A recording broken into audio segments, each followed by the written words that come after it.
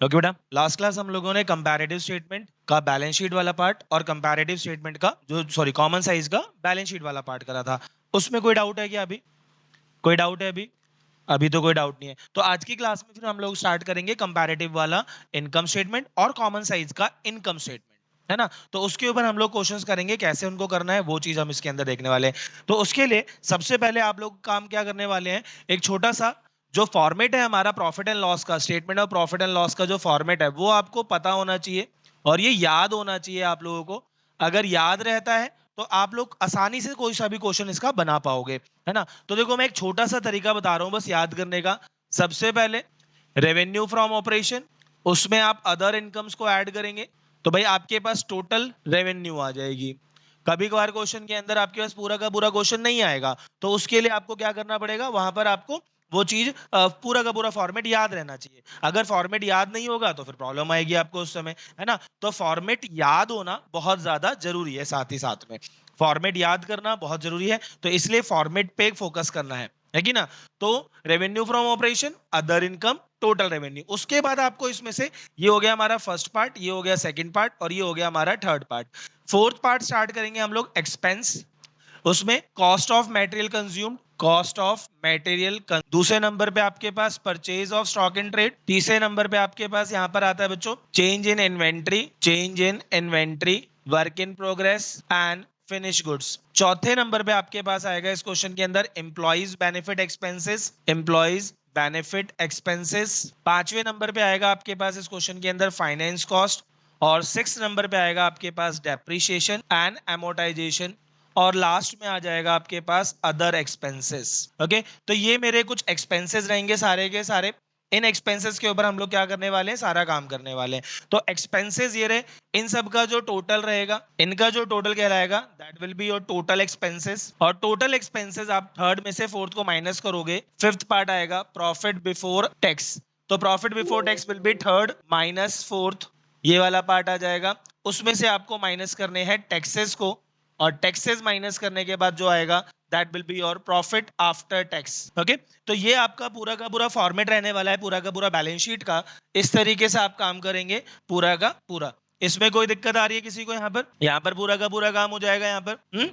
तो ये फॉर्मेट आप लोगों को लर्न रहना चाहिए, क्योंकि चीजें क्वेश्चन पेपर में क्या आने वाला है, वहां पे थोड़ी थोड़ी चीजें आएंगी, कुछ चीजें आएंगी, उन चीजों का इस्तेमाल करके हम लोगों को पूरा फॉर्मेट याद रखना है और उस फॉर्मेट की चीजों को इस्तेमाल करना है। क्लियर मेरी बात? पहले फॉर्मेट कॉपी करो फिर आगे बढ़ते हैं जल्दी से। नहीं बेटा, इसकी कोई ट्रिक नहीं है याद करने की, बैलेंस शीट की ट्रिक थी वो हम लोगों ने देखी। हाँ, बैलेंस शीट की ट्रिक हम लोगों ने याद हो गई, बैलेंस शीट की ट्रिक से आप लोगों को याद हो गया होगा। इसकी ट्रिक मैंने बनाई नहीं कोई। Do it fast now. Question number 8 हमारे पास क्या है बेटा, जिसके अंदर आपको आरएफओ गिवन है 30 लाख रुपीस का और आरएफओ गिवन है 20 लाख रुपीस का, अदर इनकम गिवन है 3,60,000 का और 4 लाख रुपीस का, एक्सपेंसेस गिवन है 21 लाख के और 12 लाख रुपीस के। आपको इस क्वेश्चन के अंदर कंपैरेटिव स्टेटमेंट बनाना है। तो कंपैरेटिव स्टेटमेंट का जो तरीका रहने वाला है वो वैसे का वैसे ही रहने वाला है। हम लोग इंडिविजुअली क्या करेंगे, इंडिविजुअल से कंपेयर करेंगे हॉरिजॉन्टल, है ना। वो कंपैरिजन पूरा का पूरा वैसे का वैसे ही चलेगा, फॉर्मेट वैसे ही रहेगा, बट लिखने का तरीका आपको पूरा ध्यान रखना है। सबसे पहले आप लिखेंगे रेवेन्यू फ्रॉम ऑपरेशन, फिर उसमें आप ऐड करेंगे अदर इनकम, तो आएगा टोटल रेवेन्यू। फिर क्या आएगा, टोटल रेवेन्यू। अब टोटल रेवेन्यू आने के बाद उसमें से हम सारे के सारे एक्सपेंसेस माइनस कर देंगे। तो एक्सपेंसेस माइनस करने के बाद हमारे पास आता है प्रॉफिट बिफोर टैक्स। अब रेवेन्यू फ्रॉम ऑपरेशन हमें कंपैरेटिव में सबसे पहले लेना होता है प्रीवियस ईयर का डाटा। तो 31 मार्च 2025, 31 मार्च 2026, 2 साल का प्रीवियस ईयर का डाटा। तो प्रीवियस ईयर का डेटा यहाँ पे 30 लाख, यहाँ पे 20 लाख। अदर इनकम आ जाएगी बेटा यहाँ पर 3,60,000 और यहाँ पर 4 लाख रुपीस। इसका टोटल करेंगे हम लोग तो ये आ जाएगा 33,60,000 और ये आ जाएगा 24 लाख। अब एक्सपेंसेस दे रखे हैं आपको यहाँ पे 21 लाख एंड 12 लाख, तो 21 लाख और 12 लाख। अब इसके अंदर हम क्या करेंगे, टोटल रेवेन्यू में से टोटल एक्सपेंसेस को माइनस कर देंगे, तो हमारे पास क्या आ जाएगा, प्रॉफिट बिफोर टैक्स आ जाएगा। तो 33 माइनस 21 करा यहाँ पर, तो 3 माइनस 1 2, 3 माइनस 2 1, 12,60,000 और same as it is goes for this, तो यहाँ पर आ जाएगा 12 लाख रुपीस और इसको यहाँ पर कर देंगे फिनिश। बताओ बेटा, ये वाली बात यहाँ तक की समझ में आई? जो मुझे क्वेश्चन में गिवन था मैंने सिर्फ उसी के हिसाब से काम करा और कुछ नहीं किया मैंने यहाँ पर। क्लियर है यहाँ तक की बात सभी को? इसमें किसी को दिक्कत?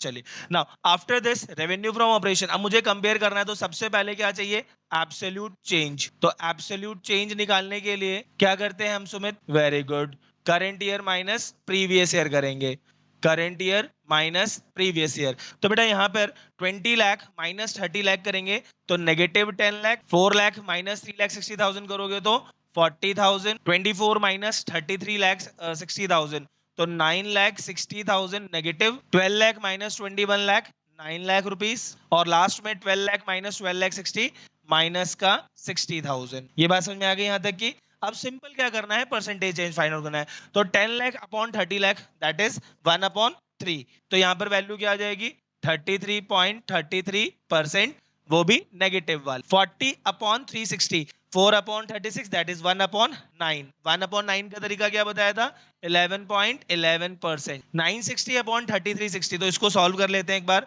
96 अपॉन में 336 मल्टीप्लाई 100, तो 2 1 जा 2 6 जा 2 8 जा 2 4 जा 2 8 जा, 4 से कट रहा है 4 20, यहाँ पे 42, 1 एंड 2 से अभी भी कट जाएगा ये 21 टाइम्स पे, ये कट जाएगा 6 टाइम पे। तो भाई 2 3 2 जा 3 7 जा, तो 200 अपॉन में 7, तो 7 2.21.42 कुछ वैल्यू आ जाएगी इसकी वैल्यू। तो 21.42 परसेंटेज नेगेटिव, 21.42 परसेंटेज में नेगेटिव वैल्यू आ जाएगी इसकी। ऐसे ही 9/21, तो 9/21 इंटू 100 कर लो, तो यहाँ पर 3 3 जा 3 7 जा, तो 300 अपॉन 7 है, तो इसकी वैल्यू हो जाएगी 7 4 जा, और 20 बच गया यहाँ पे, तो 7 2 जा 14, 1 2 1 42.1 कुछ वैल्यू आ जाएगी इसकी। अब 60 अपॉन 12,60,000 करोगे तो कितना आ जाएगा, 6 अपॉन में 126 इंटू 100, तो 6 1 जा 6 6 2 जा 21, तो 100 अपॉन 21 करोगे तो जो आंसर आएगा that will be your answer. Clear है मेरी बात यहाँ तक की, इसमें कोई दिक्कत? चलिए फटाफट इसे कॉपी कर लीजिए, फिर एक और क्वेश्चन करते हैं अच्छी तरीके से। ओके, तो क्वेश्चन नंबर 9 से स्टार्ट करते हैं हम लोग एक बार और, है ना। तो क्वेश्चन नंबर 9 क्या कह रहा है इसमें, पहला एग्जांपल कि भाई इसको कंपैरेटिव स्टेटमेंट बनाना है हम लोगों को। तो कंपैरेटिव स्टेटमेंट बनाने के लिए फॉर्मेट हमारा पूरा का पूरा एज इट इज बनना चाहिए। कंपैरेटिव स्टेटमेंट में सबसे पहले हम लोग ले लेंगे यहाँ पे प्रीवियस ईयर, तो 31 मार्च 2018, 31 मार्च 2019, फिर यहाँ पर आ जाएगा absolute change that is current year minus previous year, फिर आ जाएगा यहाँ पर percentage change that will be current year minus previous year upon में प्रीवियस ईयर इनटू में 100। ये हमारा फॉर्मेट तैयार होने के बाद जो चीज हमें क्वेश्चन में गिवन है हम उसके अकॉर्डिंग काम करना स्टार्ट करेंगे। सबसे पहले क्या है हमारे पास गिवन, रेवेन्यू फ्रॉम ऑपरेशन। तो रेवेन्यू फ्रॉम ऑपरेशन हमारे पास 31 मार्च 2018 का दे रखा है डाटा 20 लाख रुपीस, और 31 मार्च 2019 का दे रखा है 45 लाख रुपीस। अब अदर इनकम इस क्वेश्चन के अंदर है नहीं, यही मेरा क्या हो जाएगा बच्चों इस क्वेश्चन का टोटल रेवेन्यू हो जाएगा। सेम यही चीज मेरे लिए क्या हो जाएगी, टोटल रेवेन्यू। सर यहीं पर वो लगा सकते हैं क्या डबल लाइन, हाँ लगा सकते हो, आपकी चॉइस है, नहीं लगाना चाहते तो यहीं पे छोड़ भी सकते हो। तो यहाँ पर 20 लाख रुपीस कर दोगे और यहाँ पे 45 लाख। आफ्टर दिस हमारे पास employed benefit expenses, other expenses और टैक्स रेट दे रखा है। तो एक्सपेंसेस की हेडिंग में लिखेंगे हम लोग ये सारा कुछ। सबसे पहले employees benefit expense, employees benefit expense वो दे रखा है आपको 8 लाख एंड 10 लाख, तो 8 लाख 10 लाख। फिर अदर एक्सपेंसेस दे रखे हैं आपको प्यारे बच्चों, अदर एक्सपेंसेस में 2 लाख एंड 5 लाख दे रखा है, 2 लाख एंड 5 लाख। ओके, तो यहाँ पर ये हमारा पार्ट हो जाएगा टोटल एक्सपेंसेस के लिए। तो टोटल एक्सपेंसेस हो जाएंगी 10 लाख रुपीस की, और ये हो गया 15 लाख रुपीस का। ये हो गया हमारा टोटल एक्सपेंसेस। अब हमें निकालना है प्रॉफिट बिफोर टैक्स। तो प्रॉफिट बिफोर टैक्स कैसा आएगा, टोटल रेवेन्यू में से टोटल एक्सपेंसेस को क्या कर देंगे हम लोग, माइनस कर देंगे। तो टोटल रेवेन्यू में से टोटल एक्सपेंसेस को माइनस करना है। 20 lakh minus 10 lakh will be 10 lakh, 45 lakh minus 15 lakh will be 30 lakh. यहाँ पर ये आ गया हमारे पास। उसके बाद हमारे पास टैक्स रेट दे रखा है 30%, 30%, तो वो हम इसमें से माइनस कर देते हैं टैक्स। 30% है तो 10 लाख का 30% 3 लाख, 30 लाख का 9 लाख, टोटल 10 माइनस 3 करेंगे हम लोग तो 7 लाख रुपीस, और 30 माइनस 9 करेंगे तो 21 लाख रुपए। बताओ यहां तक में कोई दिक्कत, इसमें कोई दिक्कत परेशानी?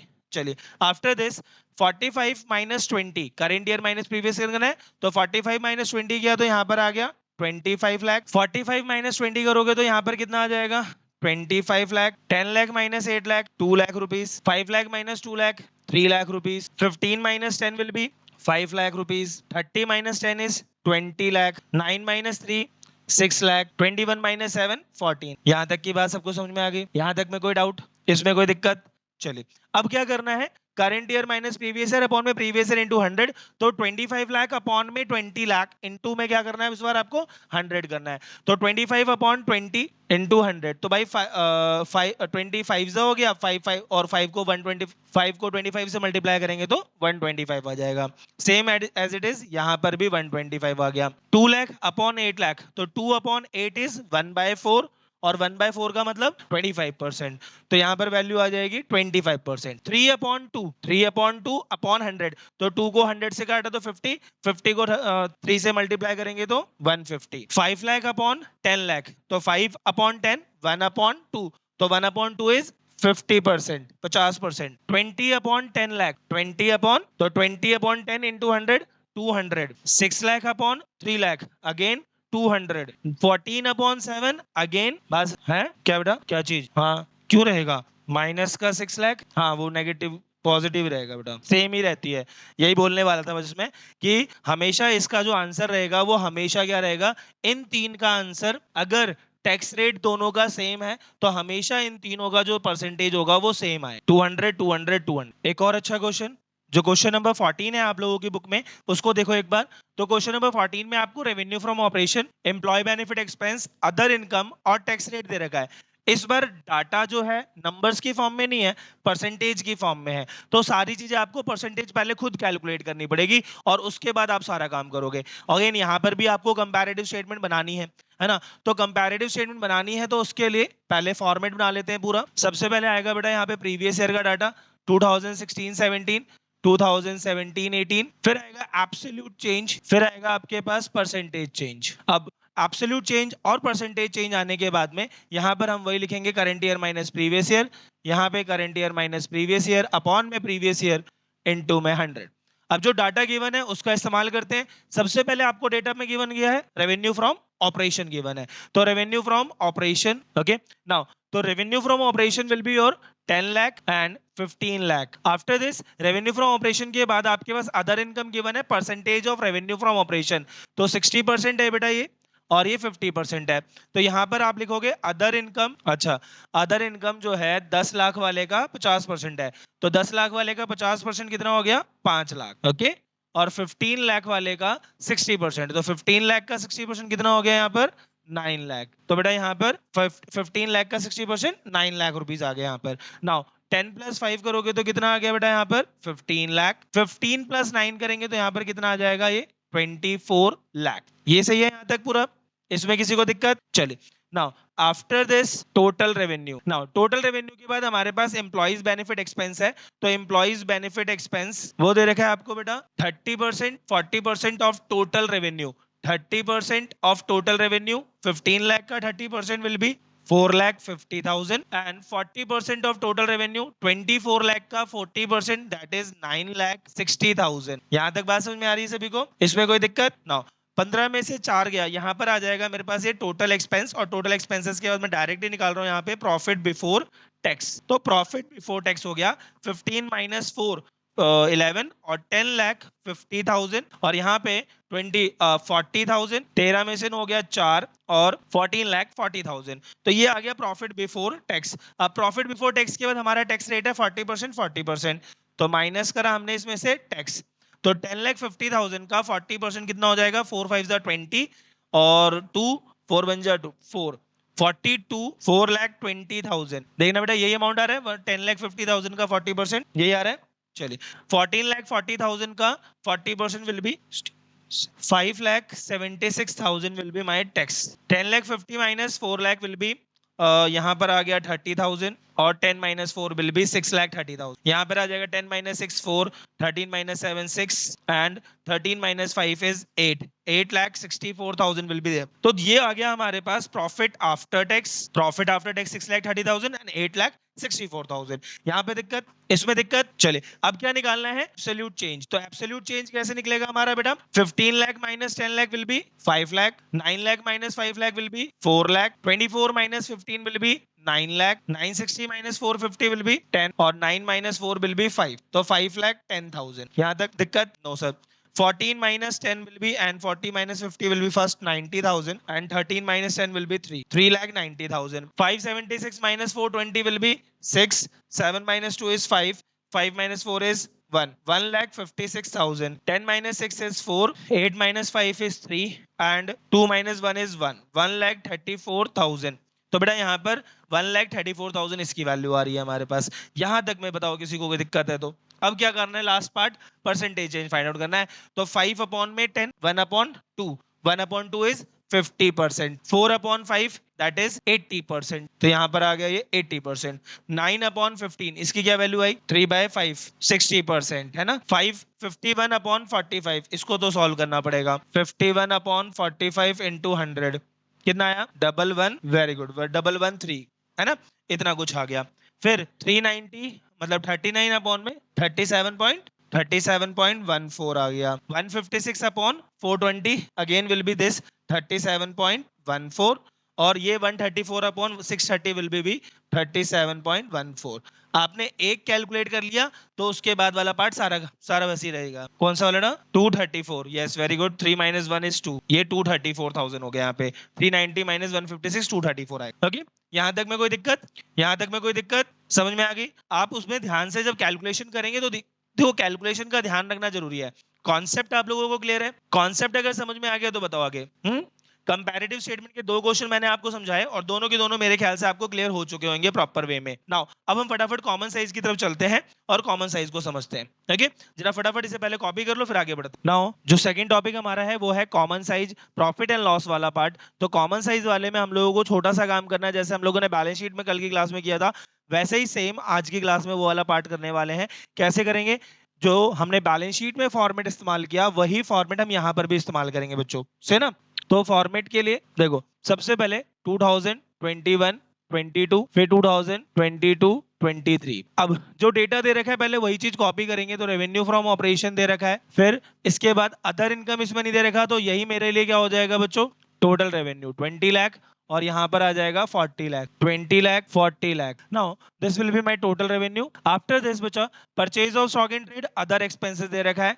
तो purchase of stock in trade दे रखा है 2 लाख एंड 4 लाख, 2 लाख एंड 4 लाख, और लास्ट में अदर एक्सपेंसेस दे रखा है। अदर एक्सपेंसेस 20,000 एंड 40,000, 20,000 40,000, ये पार्ट दे रखा है हम लोगों को। अब जो purchase of stock in trade इनका टोटल करेंगे तो ये हमारे लिए टोटल एक्सपेंस हो जाएगा 2,20,000, 4,40,000।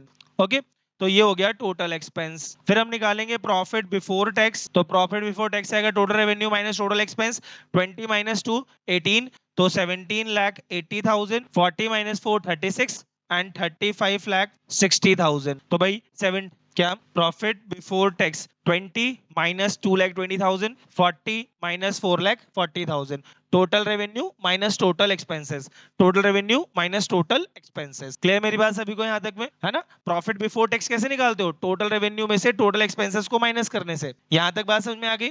यहाँ तक तो हमने जो प्रोसेस पहले फॉलो किया, कंपैरेटिव में भी यही करना है, कॉमन साइज में भी यही स्टेटमेंट फॉलो करनी है। कोई डिफरेंट पार्ट इसके अंदर नहीं किया अभी तक मैंने। क्या यहाँ तक बात क्लियर है, कोई दिक्कत इसके अंदर, समझ में आ गई यहाँ तक की बात। चलो अब जब हम कॉमन साइज निकालेंगे तो percentage of previous year, percentage of current year, ये दो चीजें चलेंगी यहाँ पर। एक चलेगा परसेंटेज ऑफ प्रीवियस ईयर और एक चलेगा परसेंटेज ऑफ, अब ध्यान क्या रखना है आप लोगों को, परसेंटेज ऑफ प्रीवियस ईयर और परसेंटेज ऑफ करंट ईयर में कॉमन बेस का ध्यान रखना है। बैलेंस शीट वाले में हमने कॉमन बेस किसको रखा था, टोटल को, है ना। इसमें कॉमन बेस किसको रखेंगे हम लोग, आरएफओ को। इसमें हम लोग कॉमन बेस किसको रखने वाले हैं, आरएफओ को। सेम, तो भाई 20 लाख अपॉन 20 लाख इंटू 100 करोगे तो क्या वैल्यू आ जाएगी, 100। 20 लाख अपॉन 20 लाख इंटू 100 क्या वैल्यू आ गई। Next again 20 lakh upon 20 lakh into 100, यहां पर भी 100 वैल्यू आ गई।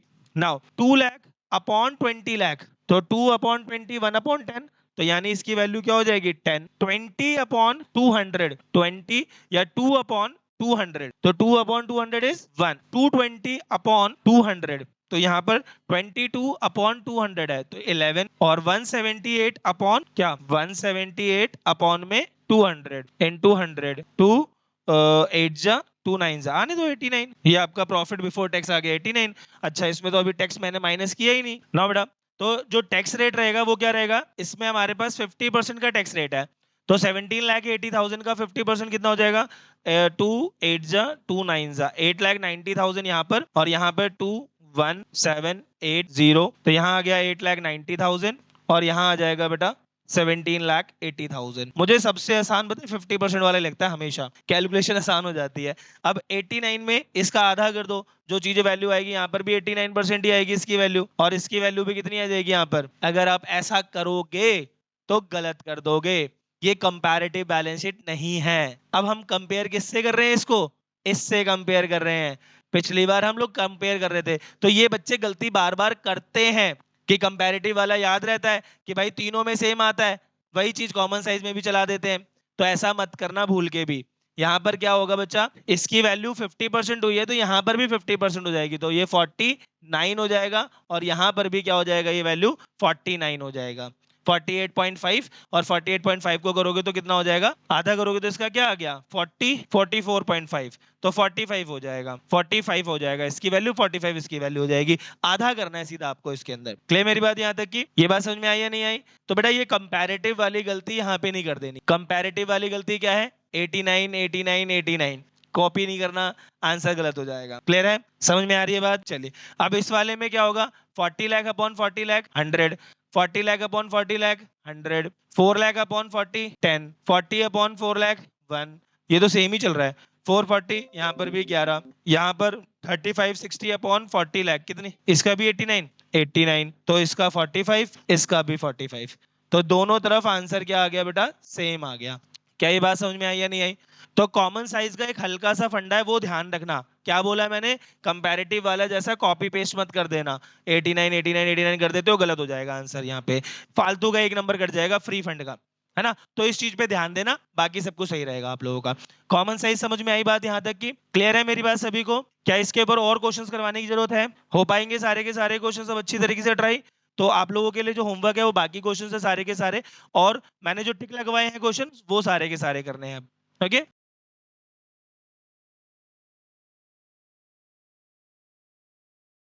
Till then bye bye, thank you very much, जय हिंद।